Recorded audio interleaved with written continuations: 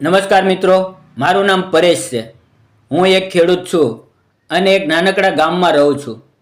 મારું ઘર ગામની બહાર ખેતરમાં જ છે. મારી ઉંમર 30 વર્ષની છે. મારે પોતાની ખેતી છે અને હું ખેતીવાડી કરીને મારું જીવન ગુજારું છું. મારા લગ્ન હજી સુધી થયા નથી. હું એકલો જ રહું છું. નાનપણમાં જ મારા માતા પિતાનું અવસાન થયું હતું. એક દિવસ હું શહેરમાં સરકારી કામે ગયો હતો. કામમાં થોડું મોડું થઈ ગયું અને સાંજના 8 વાગ્યાની બસથી હું ગામડે પાછો આવ્યો. હું ચાલીને જ મારા ઘરે જઈ રહ્યો હતો. રાત થઈ ગઈ હતી. 8:30 વાગી ગયા હતા. મારા ઘરના રસ્તામાં એક સ્મશાન આવે છે. જ્યારે હું સ્મશાન પાસેથી પસાર થતો હતો ત્યારે મારી અચાનક ત્યાં નજર ગઈ. મેં જોયું કે એક છોકરી બેઠી હતી અને તેના રડવાનો અવાજ આવી રહ્યો હતો. હું તે સમયે ડરી ગયો અને સમજી શકતો નહોતો કે શું કરું. મને એવું લાગ્યું કે કોઈ ભૂત પ્રેત હશે, પણ નહીં. તે છોકરી ખરેખર રડી રહી હતી. હું હિંમત ભેગી કરીને તેની નજીક ગયો. મેં જોયું કે તે લગભગ 29 થી 30 વર્ષની હતી. તેની ગોદમાં 3-4 મહિનાનું બાળક હતું. તે બાળકને છાતી સાથે લગાડીને રડી રહી હતી. આ દ્રશ્ય જોઈને મારું હૃદય દુઃખથી ભરાઈ ગયું. હું તેની પાસે જઈને બોલ્યો, "તમે કોણ છો? અને આટલી મોડી રાત્રે આ સ્મશાનમાં શું કરી રહ્યા છો? અને તે પણ આ નાના બાળક સાથે?" પણ તેણે કાંઈ જવાબ આપ્યો નહીં. તે ફક્ત રડતી રહી. મેં બીજી વાર પૂછ્યું, "શું થયું? તમે કેમ રડો છો? મને બધું કહો." થોડી વાર પછી તે મહિલા ધીમેથી બોલી, "હું વિધવા છું. મારા સાસુ સસરાએ મને ઘરમાંથી ધક્કા મારીને કાઢી મૂકી છે." મેં તેને કહ્યું, "પણ આટલી રાત્રે અહીંયા સ્મશાનમાં બેસવું સારું નથી." ત્યારે તે રડતા રડતા બોલી, "આ સમાજના લોકો વચ્ચે રહેવા કરતાં સ્મશાનમાં રહેવું વધુ સારું છે. અહીંયા કોઈ નથી આવતું, કોઈ તકલીફ નથી આપતું, એટલે હું અહીંયા આવી ગઈ." મેં તેને કહ્યું, "તમે મારી સાથે ચાલો, અહીંયા ના બેસો." પણ તે આવવા તૈયાર નહોતી અને મને પણ નાનકડા બાળક સાથે તેને આ રીતે એકલા છોડી દેવી સારું લાગતું નહોતું. તેથી મેં તેનો હાથ પકડ્યો અને તેને મારા ઘરે લાવ્યો. લગભગ 15-20 મિનિટમાં અમે બંને મારા ઘરે પહોંચી ગયા. મેં તેને કહ્યું, "પહેલાં હાથ પગ ધોઈ લ્યો." મેં પણ હાથ પગ ધોયા. પછી અમે બંને ઘરમાં ગયા. મેં લાઇટ ચાલુ કરી. મોડું તો થઈ ગયું હતું, એટલે મારી ગાયો અને ભેંસો જોર જોરથી રગી રહી હતી. તેને પાણી આપવું અને ચારો નાખવો ખૂબ જરૂરી હતો. મેં તેને કહ્યું, "તમે થોડી વાર ઘરમાં બેસો, હું આવું છું." મેં ગાયોને પાણી અને ચારો આપ્યો અને પછી પાછો આવ્યો. મારું ઘર ખૂબ નાનું હતું. ફક્ત 2 રૂમ હતા. જ્યારે હું અંદર ગયો તો જોયું કે યુવતી એક ખૂણામાં પોતાના બાળકને ગોદમાં લઈને બેઠી હતી. મેં તેને પાણી આપ્યું.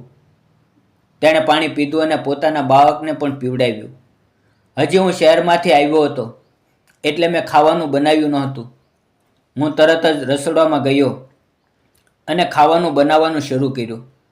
થોડા સમયમાં ખાવાનું તૈયાર કર્યું અને 2 થાળી લઈને તેની પાસે આવ્યો. તેની ડીશમાં ભાત, શાક અને રોટલી મૂકી અને તેની સામે રાખીને હું થોડે દૂર બેસીને ખાવા લાગ્યો. પણ તે ખાવાનું ખાઈ રહી નહોતી. ત્યારે મેં કહ્યું, "તમે આમ ખાલી પેટે ન બેસો. તમારે નાનું બાળક છે, તેનું ધ્યાન રાખો. થોડામાં થોડું 2 બટકા ખાઈ લ્યો. રડશો નહીં." તે મારી તરફ જોતી રહી. ખબર નહીં તેના મનમાં શું આવ્યું, પણ તેણે ખાવાનું શરૂ કર્યું. તેને ખાતા જોઈને હું પણ ખુશીથી ખાવા લાગ્યો.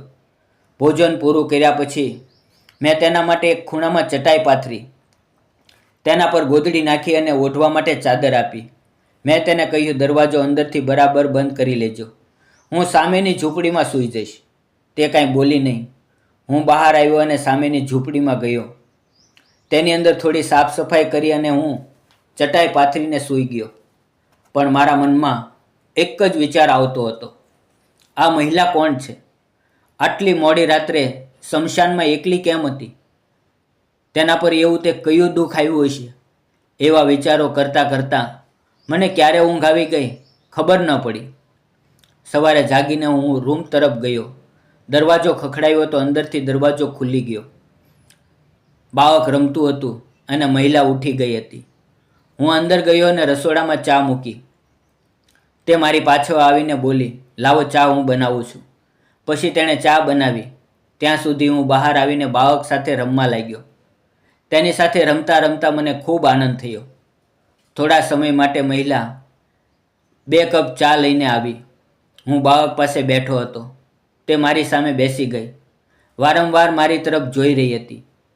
મેં તેને ધીમેથી કહ્યું, તમે કોણ છો? ક્યાંથી આવ્યા છો? અને રાત્રે સ્મશાનમાં કેમ બેઠા હતા? તમે કોઈ મુશ્કેલીમાં છો? મને વાત કરો. ત્યારે તે બોલી, મારું નામ સંગીતા છે. હું અહીંયા થોડે દૂર રહું છું. 5 વર્ષ પહેલાં મારા લગ્ન રાજીવ સાથે થયા હતા. મારો પતિ ખૂબ સારો હતો. મને ખૂબ પ્રેમ કરતો. અમે સુખેથી રહેતા હતા. અમારી પાસે થોડી ખેતી હતી. સાસુ સસરા હતા. બધું બરાબર ચાલતું હતું. લગ્નને 4 વર્ષ થયા પછી હું ગર્ભવતી થઈ. પણ નસીબે મારી સાથે મોટો અન્યાય કર્યો. મારા પતિનું એક બીમારીમાં મૃત્યુ થયું અને હું એકલી રહી ગઈ. મને ખૂબ દુઃખ થયું, પણ પેટમાં બાળક માટે જીવવું જરૂરી હતું. થોડા સમય પછી મેં એક સુંદર દીકરીને જન્મ આપ્યો. પણ મારા સાસુ સસરા અને દેવર મને નાપસંદ કરવા લાગ્યા. તેને લાગ્યું કે હું મિલકતમાં મારો હક માંગીશ અને નાનો દેવર તો મારી સાથે છેડછાડ કરતો. આ બધું મને બહુ ખરાબ લાગતું. તેથી મેં ઘર છોડી દીધું અને એક આશ્રમમાં જઈને રહેવા લાગી. ત્યાં પણ કેટલાક લોકો ખરાબ નજરથી મને જોઈ રાખતા. એટલે મેં નક્કી કર્યું કે હું સ્મશાનમાં રહીશ, કારણ કે ત્યાં કોઈ આવતું નથી. પણ ગઈ રાતે તમારી સાથે મુલાકાત થઈ ગઈ અને તમે મને તમારા ઘરે લાવ્યા. તમારો સ્વભાવ સારો છે. તમે મારી સાથે કોઈ ખરાબ વર્તન કર્યું નથી. તમે ખરેખર સારા માણસ છો. ચા પીધા પછી તે બોલી, હવે હું જાઉં છું. મેં તેને પૂછ્યું, તમે ક્યાં જશો? તમારું કોણ છે? તે બોલી, આ દુનિયામાં મારું કોઈ નથી. હું અનાથ છું. તેની વાત સાંભળીને મને બહુ દુઃખ થયું. તે જવા લાગી ત્યારે મેં તેને રોકી લીધી. મેં કહ્યું, તમે અહીંયા જ રહો. તે મહિલા થોડીવાર વિચારમાં પડી ગઈ અને પછી બોલી, હું અહીંયા રહીશ તો ખાશું શું? મેં તેને કહ્યું, મારી પાસે થોડી જમીન છે. તમે મને ખેતરમાં કામમાં મદદ કરજો. હું તમને મહેનતાણું આપીશ. તેણે થોડીવાર વિચાર કર્યો અને પછી રાજી થઈ ગઈ અને બોલી, હું સામેની ઝૂંપડીમાં રહીશ. પછી અમે બંનેએ મળીને ઝૂંપડી સાફ કરી. મેં તેને થોડાક વાસણો આપ્યા અને થોડુંક કરિયાણું આપ્યું. મારી પાસે થોડી જમીન હતી. તે રોજ ખેતરમાં કામ કરવા આવતી. આમ ધીમે ધીમે દિવસો પસાર થતા ગયા. હવે તેને આવ્યાને અહીંયા 2 મહિના થઈ ગયા હતા. તે રોજ મારા માટે જમવાનું બનાવતી. ખેતરમાં ટિફિન લઈને આવતી. તેની પાસે ફક્ત 2 સાડીઓ હતી. હવે સંગીતા મને ખૂબ ગમવા લાગી. તે સુંદર હતી. તેનો સ્વભાવ ખૂબ સારો હતો. એક રવિવારે હું બજારમાં ગયો અને આવતે સમયે તેની માટે થોડીક સાડીઓ અને બાળક માટે કપડાં અને નાસ્તો લાવ્યો. આ બધું જોઈને સંગીતાની આંખોમાં આંસુ આવી ગયા. તે મારી તરફ જોઈ રહી હતી. અમારી નજરો મળી. તેણે મને ધીમેથી પૂછ્યું, પરેશ, તમે મારા માટે આ બધું શા માટે કરો છો? મેં તેને હસતા હસતા કહ્યું, સંગીતા, એવું ખાસ કોઈ કારણ નથી. હું ફક્ત માનવતાના નાતે કરું છું. તે થોડી શરમાઈ ગઈ અને બોલી, હું તમારો ઉપકાર કેવી રીતે ઉતારું? તમે મારા પોતાના લોકોએ ક્યારેય નથી કર્યું તે મારા માટે તમે કરો છો. થોડીવાર પછી તેને ભોજન બનાવ્યું અને મને કહ્યું, આજે તમે મારા ઘરે ભોજન કરવા આવો. હું ઝૂંપડીમાં ગયો. તેણે ઝૂંપડીને સુંદર રીતે સજાવી હતી. નાનો દીવો જલતો હતો. દીકરી ઊંઘી ગઈ હતી. જમવાનું ખૂબ પ્રેમથી તૈયાર કરેલું હતું. અમે બંને સાથે ભોજન કરવા બેઠા. તે વારંવાર મારી તરફ પ્રેમથી જોતી હતી. તેના ચહેરા પર એક ખુશી હતી. તે દિવસે સંગીતા મને મારા દિલની ખૂબ નજીક લાગી. ભોજન પછી તેણે પૂછ્યું, તમે એકલા કેમ છો? તમારા માતા પિતા ક્યાં છે? અને તમારા લગ્ન નથી થયા? મેં તેને કહ્યું, હું નાનો હતો ત્યારે જ મારા માતા પિતા ગુજરી ગયા. હું થોડું ભણ્યો અને ખેતી કરું છું. હજી મારા લગ્ન થયા નથી. આ સાંભળીને સંગીતા ખૂબ દુઃખી થઈ ગઈ. તે મારી તરફ જોઈ રહી હતી. મેં ધીમેથી તેનો હાથ પકડી લીધો. તે સમયે મને મારા દિલની વાત કરવાનું મન થયું. મેં કહ્યું, સંગીતા, હું તારી સાથે લગ્ન કરવા માંગુ છું. મારી વાત સાંભળીને સંગીતાની આંખોમાં આંસુ આવી ગયા. તે ઘણો સમય મને જોતી રહી અને પછી માથું મારી છાતી પર મૂકી દીધું અને રડવા લાગી. થોડા દિવસો અમે એકબીજાને વધુ સમજવા લાગ્યા. અમારો સંબંધ મજબૂત થતો ગયો. 1 મહિના પછી અમે લગ્ન કરવાનો નિર્ણય લીધો. ગામની નજીક આવેલા રામજી મંદિરમાં અમે લગ્ન કર્યા.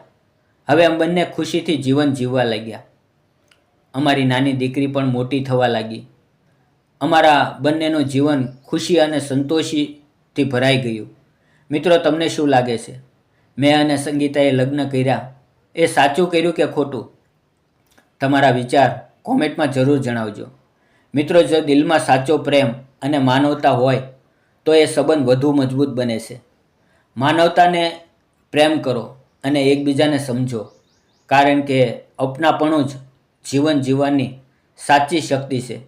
મિત્રો, વિડીયો પસંદ આવ્યો હોય તો વિડીયોને લાઇક, શેર અને સબસ્ક્રાઈબ કરવાનું ભૂલતા નહીં. ફરી મળશું એક નવા વિડીયોમાં. ત્યાં સુધી આવજો. વિડીયો પૂરો જોવા બદલ આપ સૌ મિત્રોનો ધન્યવાદ. મિત્રો, વિડીયોમાં આવેલા નામ, પાત્ર અને ઘટના ફક્ત કાલ્પનિક હતા. તેનો કોઈ પણ જાતિ, ધર્મ કે કોઈ સંસ્થા સાથે સંબંધ નથી. આ વિડીયો માત્ર મનોરંજન અને શૈક્ષણિક ઉદ્દેશથી બનાવવામાં આવ્યો હતો. તેને અન્યથા ના જોશો. ફરી મળશું એક આવી જ વાર્તા સાથે. ત્યાં સુધી આવજો.